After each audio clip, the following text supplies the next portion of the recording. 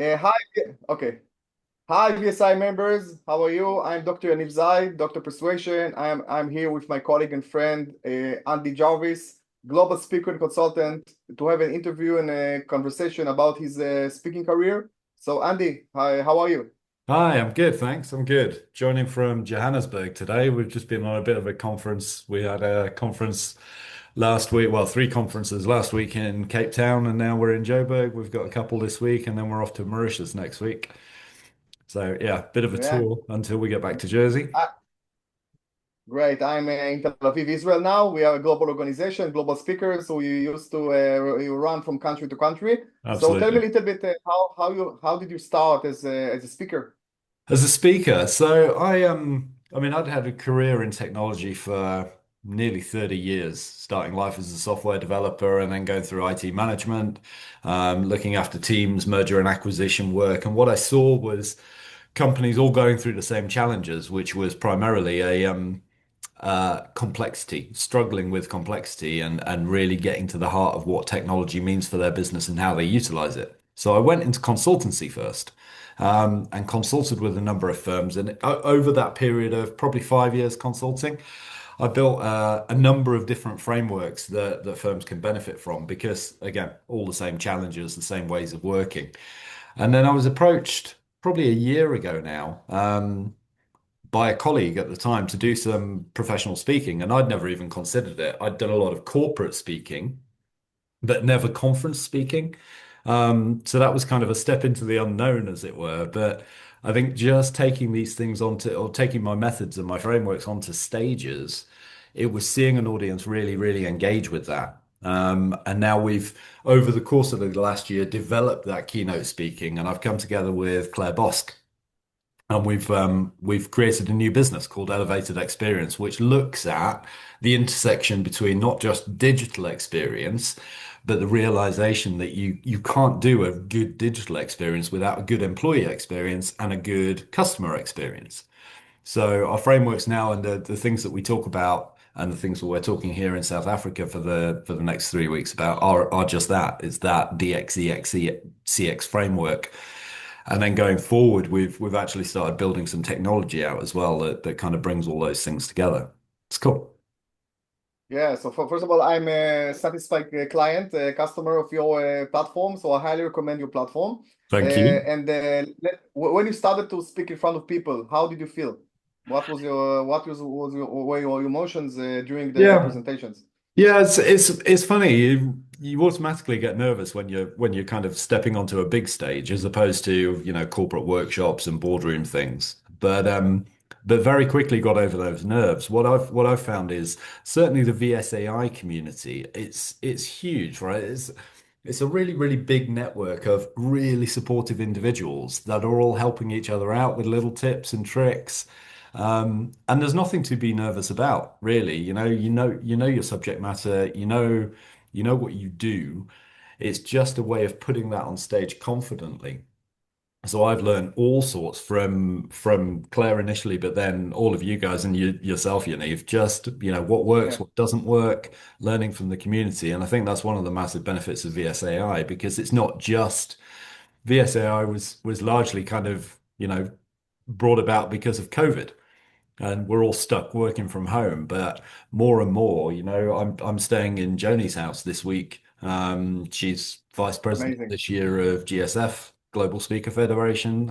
It's such a caring community, and we all look after each other. So yeah, good. Yeah, I agree. I agree. We enjoy referring to one another and helping one another, and this is part of our mission. Let me know maybe a positive experience you had and a negative experience you had while you were on stage during not just the last year, but the entire speaking career, even when you're corporate. Generally, yeah. So I think start with the positives, right? The positives are the community. We're all helping each other out. Things don't always go to plan, but there's always a plan B and a plan C. Someone's always got your back. Um, a real positive is some of the teams that you work with over the years, certainly the AV guys, the guys that actually put the stages together and make everything work. They are just absolutely superb and they don't get celebrated enough. That said, a really, really negative that that kind of comes up every single time is there's always something. There's always something that's not quite right, right? The sound doesn't work, or your slides go up on the screen and they're corrupted because they didn't copy properly, and then you've just got to wing it.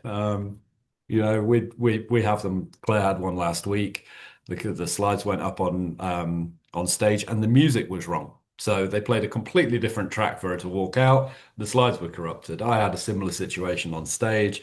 My slides literally were in the wrong order, and for whatever reason, it's just that copy process onto their machine. It just didn't work properly. So I think again, How back do to you handle those? How do you handle those situations when keep something going.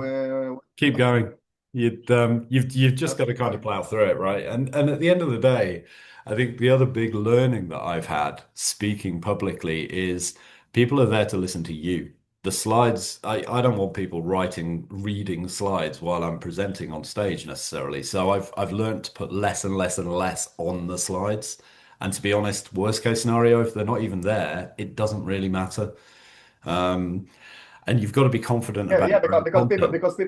people would like to hear you as a thought leader, not just a speaker, not just Yeah. provide knowledge, but inspiration, stuff like that. So you need to talk more, and the presentation should be less. Yeah, exactly, exactly. And it's that we have an amusing line in our house. Um, you can rehearse all day long, but you need a certain amount of being able to wing it. And by winging it, I mean just kind of freestyle.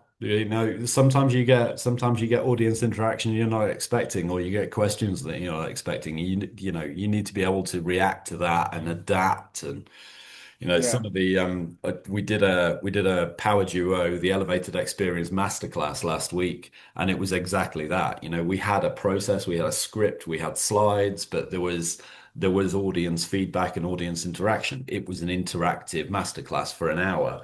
And at one point we were literally off stage walking around the room, kind of having yeah. conversations and helping It's a, people ma- out. it's a Yeah, it's a matter of confidence and experience. Personally, I feel the more the years go by, the more experienced I am, the more authentic I am with the audience, and I am Yeah. more relaxed. I'm not hang up to my slides or something like that. Usually, I come without presentation, even just me in front of the people and talking to them, and people love it. People love Yeah. it. Yeah, agreed. We are now in an AI era, and you also talk about technology. So how do you think AI, let's call it, changing the way, first of all, your content, and second, the Mhm. way you speak in front of the audience, and thirdly, your speaking career? How did you change it? Yeah, it's funny. There's a lot of speakers that speak about AI at the moment. I think there's a lot of people using AI to generate content that can be interesting. It can be positive and negative, right? I watched a couple of speakers last week, and they literally had AI generated content on their slides and you know that because it has a little, Notebook LM flag at the bottom, or the Gemini logo, or whatever it is. That's not a bad thing, I don't think. If people are using it to generate high quality professional slides, as long as it's their content and their IP, is really, really not a bad thing. And I think for the speaking industry, it's accelerated the quality of a lot. So Yeah, often we see people aren't necessarily experts in developing marketing content or slides, or so it has improved the quality. The negative is it's provided a whole heap of kind of risque stuff. So I've also seen people presenting information, statistics particularly, saying, oh, 76% of the world is according to blah blah blah. And actually that stat's just made up, right? And it's not referenced yeah. properly and you can't find it.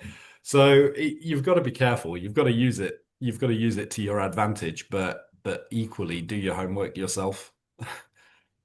Yeah, I agree. I agree. I think today, audiences, they have, let's call it fake radar or bullshit radar, that when it's fake, or when it's not, or when you are not authentic, they feel Yeah. it. So the most important thing, even in the AI era, maybe especially in the AI era, is authenticity. To be authentic and to tell your own content, your own story, to be the best version of yourself, not just to copy others, even if they are successful speakers.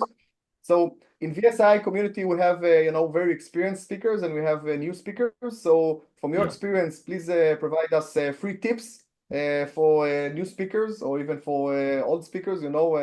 what do you recommend? How to succeed on stage? How to succeed in your speaking career? Maybe the most important tips. Yeah, okay. So, one, be authentic. Talk about the things that you know about. Go for your specialisms and go for personal experience, right? Because that comes across the storytelling. It's authentic. Don't tell stories that you don't know. Don't just kind of make something up. Don't steal each other's content. Just be yourself. Tip number one. Tip number two, I would say keep it simple. Because the more complexity you add, if you've got a really, really complex story and you're trying to loop back, and then there's a bit of audience interaction in between, you can lose your way really, really quickly. So the kind of less is more.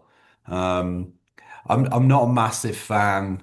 I think I've struggled over the years of putting together too much content and then struggling to deliver it in a time frame. So my focus now is, if I've got a half an hour slot for a keynote, I kind of want 10 slides.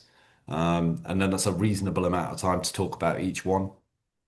Maybe more depending on the content, but definitely less is more. And equally, don't put the words on the screen, just put the main points. So you kind of want less than 10 words on a slide, and then that's something that you can embellish yourself for a minute, 2 minutes, and then get it. And the third tip, don't be afraid of audience interaction. It's often you think you're in the spotlight and you think all eyes are on you. Well, they are, but equally, everyone's in that room, right? You can use the audience as really good tools sometimes to take the spotlight off you. So if you feel like you're having a moment where you're running out of words, you've forgotten something, I often find just asking a question to the audience buys you that minute where you need to kind of recompose yourself. They're my three main tips. Yeah, I agree. I agree. Less is more when it comes to slides, and authenticity is very, very important. I always tell my clients, be Batman and not Superman, because Yeah, they are both superheroes. They both look like human beings, but Superman is actually not from this planet. So if Superman will teach you how to fly, you can do whatever he says, but you will fall from the building. And if Batman will tell you his story, and he will tell you, I'm just like you, but I had a shittier life, because the Joker murdered my parents, and I fell into a well, and I yeah, was afraid of bats, afraid of darkness, and then I taught myself how to fly. This guy, I would like to learn how to fly from him, because I can feel related. So yeah. authenticity is very, very important, No, and exactly. also the fact that conversation with the audience, the engagement with the audience is very, very important, and people love it, because at the end Yeah. of the day, presentation is that it's just conversation with many people, not the Yeah. one-on-one. So No, you spoke in many countries. So how do you find the different mentalities? How do you adapt yourself into in front of different audiences? For example, Asia, Europe, United States. How yeah. what are the adjustments you do?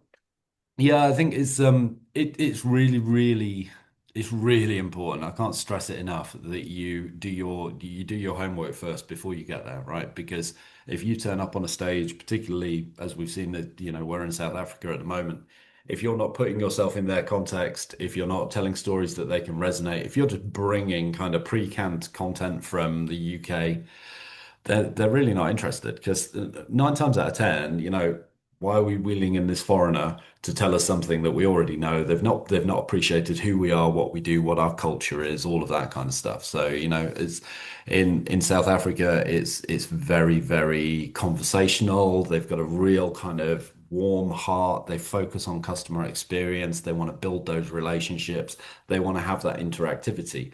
In Asia, it's a bit different, right? Trying to get audience participation. They kind of don't want it. They don't like it. They don't like being in the spotlight. Um, and then, yeah, Northern Europe again, it's different. Because there are so many different cultures in quite a small ecosystem in Northern Europe, you've got to be very careful. You can't take a UK speech into Germany and just expect it to land. Yeah, just have that local context, do your homework. And equally, if the storytelling can be localized, localize it, make it really fit. We often find, I agree. Yeah, I agree that preparation is the key, and you need to adapt yourself to the audience, and you need to prepare yourself. And I always ask, the organizers for as many information as they can possibly give me, yeah, and then I adapt myself. Usually, around 10-20% of my content is adapted to the target audience, yeah, including perfect. simulations and examples from their life, from their country, and they Yeah. love it. By the way, people admire the fact that you prepared for them and not Yeah, just brought the absolutely. presentation from other countries Absolutely. into them. And you often find, right, when Yeah, you when you turn up at a location, you know you've got your journey there, you've got your transit through the airport, you've got the time in the hotel the day before or whatever it is, you're meeting people. You can find a story just in that 24-hour period for sure. There's always Yes. something. There's something that goes wrong, there's something that's funny, there's some whatever it may be, you can pick on that. So just And do it. some views you saw or trip you took before the presentation or something like that. So you can mention places in the Yeah. country or something like that, and people love it. Yeah. How do you market yourself as speaker? How Yeah, do you so market yourself? I mean, you know, heavily social media. But again, back to the point that I made earlier, we've built this technology platform. What we found with social media is it's really hard to get seen. You know, more and more, everyone wants a subscription, everyone wants paid for content. You've got to have LinkedIn Premium, otherwise no one's going to find you. We found even in our own household, I post things on LinkedIn and Claire won't see them for weeks sometimes. And you think, well, hang on a minute, all my notifications are on. So what we've started doing, I mean, the Hive launched what 3 weeks ago, and it's got traction really, really quickly. So as we've been going to conferences, the way that the Hive's designed, a big part of that is about community and bringing community together through relationships. And when you post something on the Hive, there's no algorithms, there's no sponsored content, there's no advertising. So the people you're connected to will see it. And then behind the scenes, you've got event management built in. So what we've started doing is putting the events that we're going to in the Hive. Our communities will see those events and then can join in and have chat that resonates both pre-event, during the event, and post-event. So we had a conference at CEM last week in Cape Town. And we said to the audience, right, here's a QR code, drop into the Hive. And interactively, they were immediately inside that event. And we were running live polls like Slidos in the Hive. We were getting feedback from the audience live. And I had my mobile phone here and I was like, right, cool. 24 people have voted for that. 32 people have voted for that. And we can get some real audience interaction. That's been superb. So I think we're going to use that more and more for marketing going forward because what we're doing is we're Yeah, building our own community as speakers. We're building our own community both within the speaking community. So, you know, the VSAI, the GSF, the all these varying different so speakers will come together, but our audiences will also be on that platform. So they'll know where we're speaking, when we're speaking. They'll be able to access our content. Some of it's paid for, some of it's not. Some, you know, we're selling books. Books can be listed on there. We can have all of our intellectual property. We can give away our freebies. We can do videos online. We can do recordings after the event that people can access if they couldn't make it. All of that kind of stuff. So I think one yeah. one of the big points of putting the Hive together was to build our own community without all that noise, you know. So it's the best of LinkedIn, it's the best of Facebook, it's the best of Eventbrite, it's the best of the online university, Udemy's, and those kind of things, all in one I, space. I Yeah, I agree. I agree. I'm also a member of your Hive, a proud member, and I joined because of the same problem you described. You know, I had the same situation with my wife that I published a post on LinkedIn and Facebook, Yeah, and I told her, why didn't you like it or why didn't you comment? She said I didn't see it. didn't see You know, it. and my wife, you know, I needed to show it to her because so yeah, there are problems with social media, and I think you solved the problem. Yeah, Okay, so Andy Jarvis, thank you very much for the content you shared with VSAI community.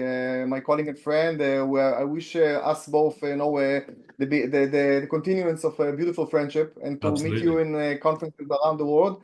And thank you very much again for the added value you provided. Thank And I you. enjoyed speaking to you. Yeah, it's been great. Thanks, Yaniv. I'll see you soon. Take care. Yeah, obviously. Thank you very Awesome. much.